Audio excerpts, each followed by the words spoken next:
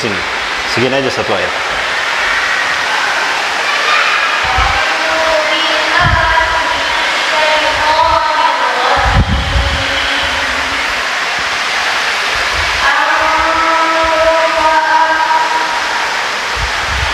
Ma ta'buduna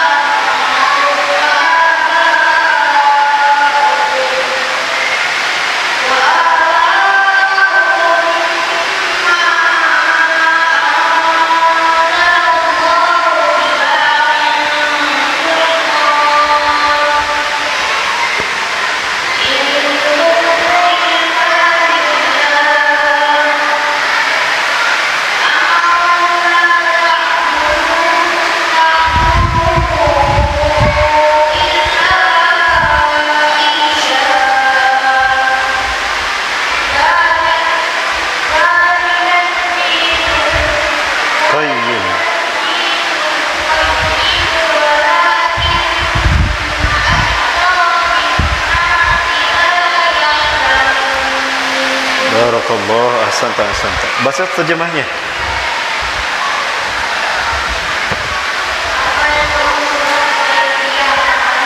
Bagas dari hamba Allah. Untuk Bagas.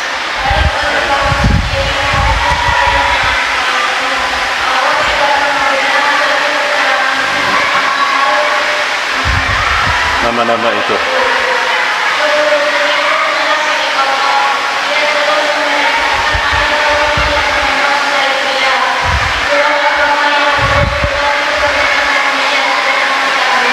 Allahu Akbar. Barakallah. Tunggu Bagas tetap masih di sini. Bapak Ibu sekalian, kalau kita doakan ananda kita ini menjadi hafiz Quran sempurna 30 juz. Amin. Kita doakan beliau menjadi ulama kita. Amin. Yang akan mempersatukan umat Islam dunia, yang akan menjadi pejuang yang menjayakan Islam di muka bumi. Amin. Barakallahu fiik. Ini ada sedekah dari hamba Allah untuk Bagas. Alhamdulillah. Ucapkan apa? Alhamdulillah. Jazakumullah kasiro. Semoga Allah membalas dengan pahala yang lebih besar lagi. Amin. Baik, tetap duduk, jangan kemana-mana, biar jadi ustaz. Masih ada waktu Bapak Ibu. Lanjut. Kita mulai masuk pada materi akhir zaman. Ketika kita sholat di masjid kita berjamaah, betul? Apakah dibeda-bedakan ketika berjamaah? Yang barisan depan ketua kepala desa, yang di belakang camat, yang di belakang lagi terus, tidak kan? Semuanya sama larut. Perbedaan di antara kita ketika sholat kita laksanakan berjamaah mempersatukan umat Islam. Begitu pula ibadah haji. Kekuatan semacam ini yang harusnya kita satukan, kita wujudkan di luar masjid, sepulang dari masjid, dan di negara kita masing-masing sepulang ibadah haji. Musuh Islam paham, kalau umat Islam berjamaah, umat Islam akan kuat, seperti di Majari ini. Maka umat Islam dibikin berpecah belah. Ketika pulang ke negara mereka masing-masing, umat Islam disiapkan dengan perpecahan. Berbeda ormas lah, orpola, sekte lah, madhab lah, etnis, lalu dipitnah satu sama lain, diadu domba. Sehingga umat Islam yang satu dengan umat Islam yang lain tidak mau berjamaah, berpecah belah. Tadi saya tanya Bapak Ibu sekalian, umat Islam hari ini berjamaah atau tidak? Tidak. Berpecah belah? Iya. Apakah mereka punya nama masing-masing golong-golongannya? Iya. Saya tanya, berapa banyak perpecahan itu? Lebih dari 10. Tapi ketika saya tanya, coba sebutkan satu nama golongan itu yang ada di zaman Rasulullah dan para sahabat. Ada tidak? Dan ini sudah jelas. Merinding saya membaca ayat ini. Tadi yang dibacakan oleh Ananda Bagas. Ma ta'buduna min dunihi illa asma'an sammaitumuha antum wa abaukum. Tidak ada yang kalian sembah selain Allah. Menyembah selain Allah berarti syirik. Illa asma'an, kecuali nama-nama. Sammaitumuha antum wa abaukum. hukum yang kalian beri nama dia dengan bapak-bapak kalian. Ada golongan yang namanya ini, ada golongan yang namanya ini. Masing-masing tidak mau berjamaah. Beda golongan, beda masjid. Bahkan di jalan tidak pernah saling menyapa dan mengucapkan salam. Betul? Innalillahi wa inna ilaihi. Apa itu bukan syirik? Syirik. Apakah syirik diampuni Allah? Tidak. Maka jangan salahkan Allah ketika umat Islam berpecah belah. Hujan tidak merahmati bumi, tapi malah mewabah menjadi banjir. Kalimantan Selatan, itu buktinya. Jangan salahkan Allah kalau bumi yang kita pijak marah karena kita berpecah belah, longsor bumi kita dan gempa. Kenapa demikian? Al-jama'atu rahmah. Berjamaahnya kita, rahmat dari Allah turun. Apapun menjadi berkah. Wal furqatu azab. Berpecah belah kita, azab akan datang, musibah akan menimpa. Betul?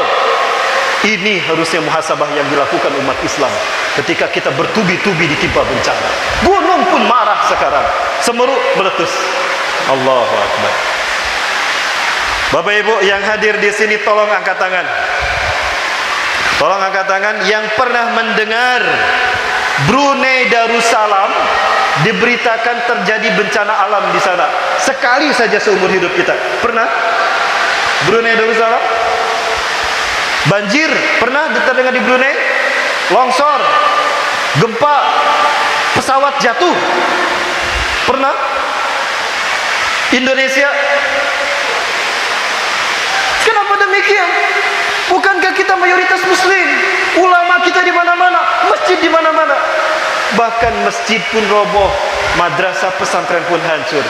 Kenapa demikian? Brunei Darussalam mengamalkan Quran dan Sunnah secara kafah, dimulai dari pemimpinnya sampai rakyatnya. Indonesia, ini muhasabah kita. Azab ada rumusnya. Bencana alam itu ada rumusnya. Tidak terjadi begitu saja. Apa rumus bencana alam? Kita baca. Dek Bagas, baca lagi. Nanti ada yang sedekah lagi. Enggak, dari Allah ya pahalanya ya. Buka surat Al-Anfal. Buka surat Al-Anfal. Ayat yang ke-33. Surat Al-Anfal surat keberapa? Ke-8. Ayat yang ke-33. Kita lihat Bapak Ibu. Silakan Bapak Ibu yang membawa Quran atau di HP-nya masing-masing. Al-Anfal ayat 33. Baca yang keras nak. Yang gagah biar menyentuh ke dalam hati, basuh ke dalam hati.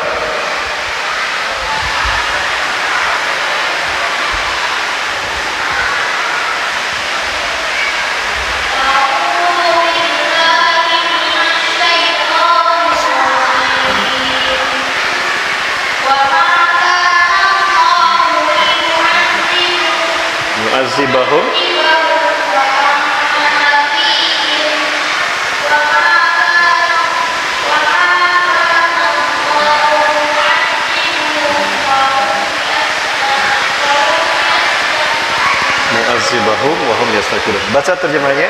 Baik.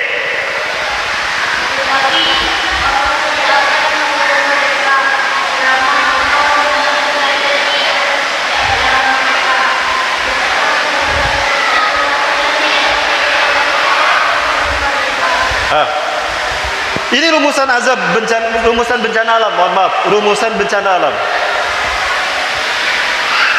Wa ma kana Allahu liwa'dzibu man tafihim. Allah sekali-kali tidak akan menyiksa mereka Muhammad jika engkau ada di tengah-tengah mereka. Artinya, kalau Rasulullah masih beramar ma'ruf nahi munkar, tidak akan terjadi siksaan ditimpakan pada manusia, tidak akan terjadi bencana alam. Pernah terjadi ketika Rasulullah masih hidup terjadi bencana alam sehingga sekian orang sahabat meninggal dunia? Tidak kan? Karena amar ma'ruf nahi munkar jalan. Sekarang yang melaksanakan amar ma'ruf nahi munkar dibubarkan. Maka maksiat di mana-mana. Bencana terjadi. Begitu yang amar ma'ruf nahi munkar ditangkap, organisasinya dibubarkan, bencana terjadi. Betul. Hakikatnya adalah selama kita mengamalkan Quran dan Sunnah, tidak mungkin Allah menyiksa kita. Betul. Brunei Darussalam, mereka mengamalkan Quran dan Sunnah, syariat Islam, tidak ada kita dengar bencana alam. karena mereka mengamalkannya. Begitu yang mengamalkan Quran Sunnah ditangkap, disiksa, dibantai di jalan tol. Kilometer 50. Organisasinya dibubarkan, pemimpinnya ditangkap. Apa yang terjadi? Banjir, longsor, kapal hancur. Di atas kapalnya hancur, di laut tsunami, di gunung longsor, di bumi gempa. Lalu di mana aman dari alam azab Allah? Kalian tidak akan bisa pernah lari dari Allah ketika kalian memerangi Allah dan Rasul. Allahu Akbar. Masih lanjut? Masih bisa bertahan? Sampai jam 11 enggak apa-apa? Sebentar lagi, Bang. Sebentar lagi. Bapak Ibu, beginilah bahayanya perpecahan di antara kita. Maka sangat aneh, Allah tidak akan pernah membenarkan alasan apapun apabila kita berpecah belah. Apalagi satu masjid kita berpecah belah. Nauzubillah, subhanallah. Hati-hati. Berjamaah rahmat Allah, berpecah belah azab, siksa akan Allah timpakan pada kita. Bapak Ibu yang rahmat Allah. Baik, terakhir Bapak Ibu sekalian kita lihat. Bukan terakhir maksud saya untuk materinya, karena waktu kita tidak cukup ya. Kita buka sekarang Quran surat Al-Anfal, masih ada ayat yang ke-73. Ayat terakhir.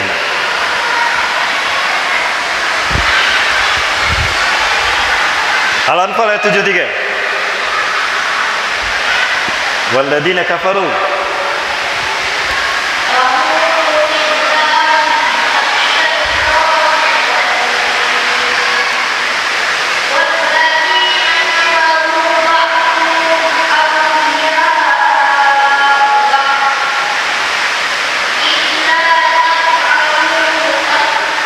takum fitnatun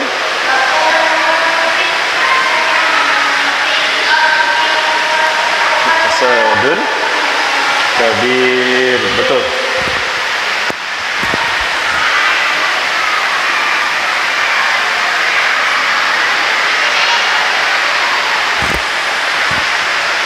Bapak Ibu rahmati Allah, tadi ayat itu sudah dibaca sama Ananda. A'udzubillahi minasyaitonirrajim. Walladzina kafaru ba'duhum awliya'u ba'd. Orang-orang kafir dimanapun mereka berada di muka bumi ini, mereka bersatu padu. Kenapa bersatu? Musuhnya sama, umat Islam. Dimanapun mereka berada. Di Indonesia mereka bersatu tidak? Bersatu? Umat Islam dibikin berpecah belah, mereka bersatu. Illa taf'aluhu, jika kalian umat Islam tidak melaksanakan perintah Allah, wa'tasimu bihablillahi jami'an, berjamaah dan memegang teguh agama Allah dengan berjamaah. Jika tidak berjamaah tapi berpecah belah, takun fitnatun fil ardi, terjadi fitnah di muka bumi. Apa fitnahnya? Nyawa kita dianggap murah. 6 orang dibantai dianggap murah. Dan kerusakan yang sangat besar di muka bumi. Bapak Ibu rahmati Allah Subhanahu wa taala. Inilah gambarannya. Ketika umat Islam di seluruh dunia berpecah belah, maka kita habis dibantai musuh-musuh Allah.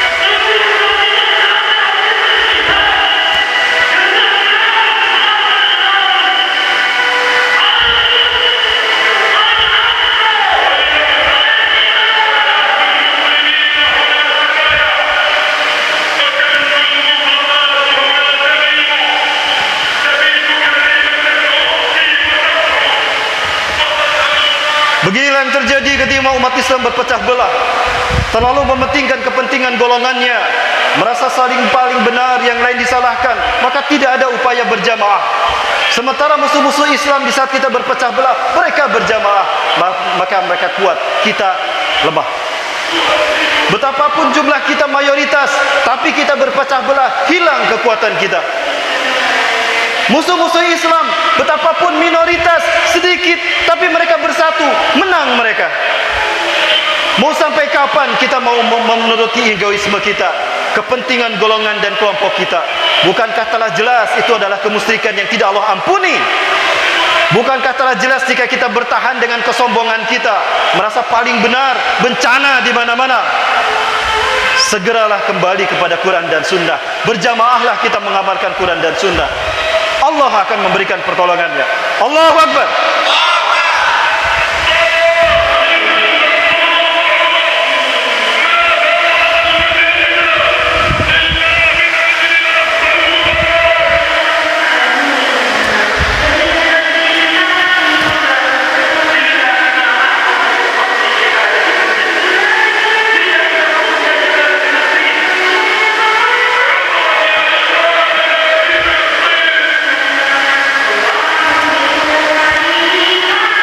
Sungguh sangat hebat. Seorang ibu dengan menggendong bayi tidak takut berhadapan dengan tentara Israel. Luar biasa Muslim Palestina. Betapapun mereka tidak punya senjata, mereka hanya punya batu, tetap mereka melawan. Karena mereka yakin yang menghancurkan mereka bukan senjata, yang mengalahkan musuh bukan batu, tapi yang mengalahkan mereka adalah iman dan Islam kita yang mengundang datangnya pertolongan Allah. Betul?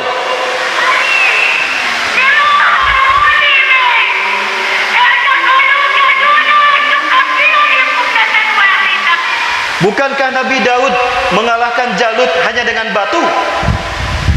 Dan apakah batunya Nabi Daud yang mengalahkan Jalut? Bukan. Allah yang mengalahkan dan menghinakan Jalut. Dan Allah yang menjadikan batu menjadi senjata mematikan bagi Jalut. Maka itu pula keyakinan Muslim Palestina. Betapapun mereka tidak punya senjata, mereka dibantai, disiksa, tapi mereka yakin mereka punya Allah yang menggenggam jiwa musuh-musuh Islam. Tinggal digitukan saja. Allah tidak akan menolong kita kecuali kita berjamaah, bersatu padu. Inilah persiapan kita menghadapi akhir zaman. Bapak Ibu, pertarungan akhir zaman telah sampai kepada babak final. Yang namanya babak final adalah babak yang menentukan antara menang dan kalah. Betul? Dan kalau perang babak final itu menentukan yang menang dan kalah, apakah pemainnya cadangan atau yang terbaik? Terbaik. Lupakah kita? Pertarungan antara hak dan batil yang dulu dimulai dari Nabi Adam menghadapi iblis, dilanjutkan diakhiri oleh Nabi Muhammad Rasulullah SAW, dilanjutkan para sahabat sampai ke kita. Sekarang ada pada babak final, pertarungan hak dan batil. Bapak Ibu sekalian, maka siapakah yang akan menjadi pemenangnya? Tentu adalah pasukan Allah. Dan itu ada di pundak kita sekarang. Sementara kita tidak lebih mulia dari para sahabat, apalagi para nabi. Tapi sekarang reputasi para nabi ada di pundak kita. Reputasi Rasulullah ada di pundak kita. Nama baik Allah bahkan ada di pundak kita. Apalagi Rasulullah menyatakan bahwa di antara mereka yang Allah pilih untuk berjuang di akhir zaman adalah umat Islam Indonesia. Betulkah Allah memilih umat Islam Indonesia? Bapak Ibu, Rasulullah SAW ketika Isra Mi'raj itu kemana? Dari Mekah ke Palestina, ke Masjidil Aqsa. Rasulullah naik dari bumi ke langit menghadap Allah di mana? Bukan di Masjidil Haram, bukan di Masjid Nabawi, tapi di Masjid Al-Aqsa. Kenapa Rasulullah harus naik ke langit dari Masjidil Aqsa? Kan bisa naik dari Masjidil Haram atau Masjid Al-Khairat. Bisa kan naik ke aras Allah? Betul? Kenapa harus di Masjidil Aqsa? Itu isyarat kebangkitan Islam akhir zaman akan terjadi oleh pasukan terbaik dunia, dimulai dari Masjidil Aqsa, membebaskan dunia. Dan ternyata dari semua negara-negara yang menerima Islam sebagai agamanya, tinggal Indonesia yang belum Allah pilih memimpin kebangkitan Islam. Artinya apa? Orang-orang Palestina, mereka siap dibantai, mereka ikhlas ridho, mereka mempertahankan Palestina di perang Yahudi. Kenapa? Karena mereka yakin kemenangan mereka sebentar lagi. Islam sebentar lagi menang. Makin kuat Islam ditekan, makin dekat Islam dengan kemenangannya. Dan Allah menjanjikan kemenangan itu di tangan umat Islam melalui perjuangan umat Islam Indonesia. Bapak Ibu, jika Palestina berkorban nyawa menunggu kedatangan kita membebaskan mereka, lalu apa yang kita korbankan? Bapak Ibu sekalian, sekali lagi, mereka menunggu kehadiran kita umat Islam Indonesia. Karena mereka memahami betapapun Rasulullah tidak menyebutkan Indonesia, tapi mereka membaca siratan dari hadis ini bahwa merah putih yang dimaksudkan ini bisa jadi memang Indonesia. Allahu Akbar. Bapak Ibu, siap berkorban membela Palestina? Siap berjuang membebaskan bumi para nabi? Siap berkorban bahkan dengan nyawa? Takbir.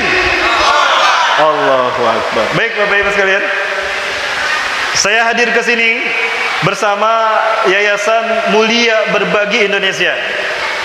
Kita akan buktikan pengorbanan kita bagi Muslim Palestina. Silakan Bang.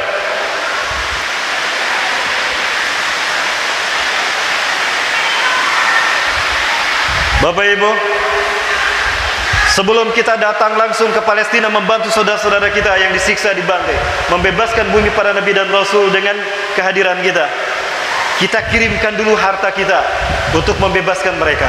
Insya Allah dengan sedekah ini kita akan memiliki jawaban.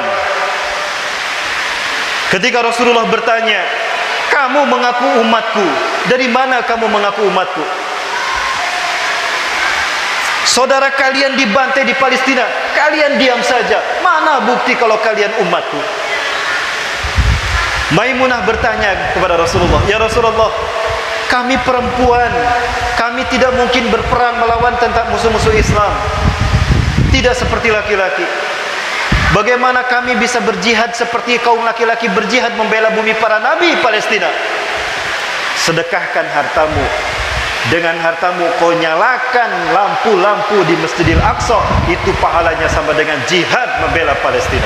Allahu Akbar. Dan orang terbaik di muka bumi adalah mereka yang berjuang dengan harta dan jiwanya membebaskan bumi para nabi. Min khiri ahli ardi yaumaidin alladzina yuhajiruna ila biladi hijrati Ibrahim. Sebaik-baik manusia di muka bumi di akhir zaman adalah mereka yang berhijrah ke bumi hijrahnya Nabi Ibrahim, Palestina. Palestina. Bukan hanya hijrah, tapi kita berjuang membebaskan bumi para nabi. Bapak Ibu sekalian rahmati Allah, di tangan saya ada voucher untuk berdonasi. Ada kartu komitmen. Ustaz, saya belum bisa berjihad dengan jiwa raga saya membela bumi para nabi, tapi saya ingin membela mereka dengan harta saya. Boleh tidak Ustaz? Itu yang kami harapkan. Bapak Ibu, kita sudah banyak melakukan beberapa hal. Baik Mbak, tutup Qurannya ya. Oke, tutup di sini. Jadi asisten Ustaz.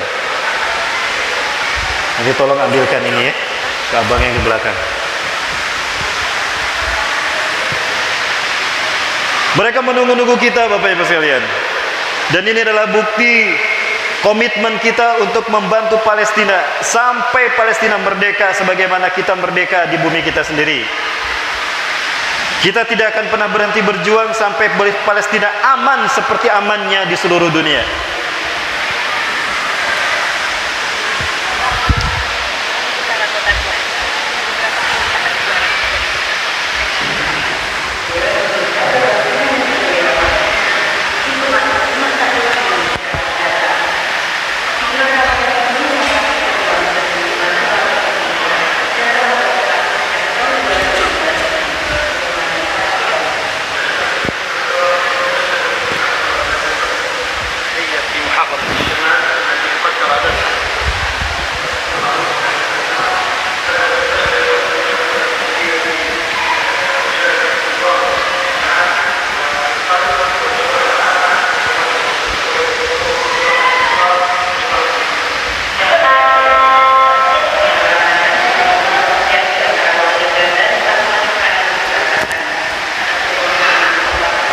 Kaum muslimin Palestina di Gaza, mereka sedang berkumpul merayakan tragedi Nakbah. Tiba-tiba tentara Israel datang menghujani mereka dengan rudal. Maka banyak yang luka-luka bahkan meninggal dunia.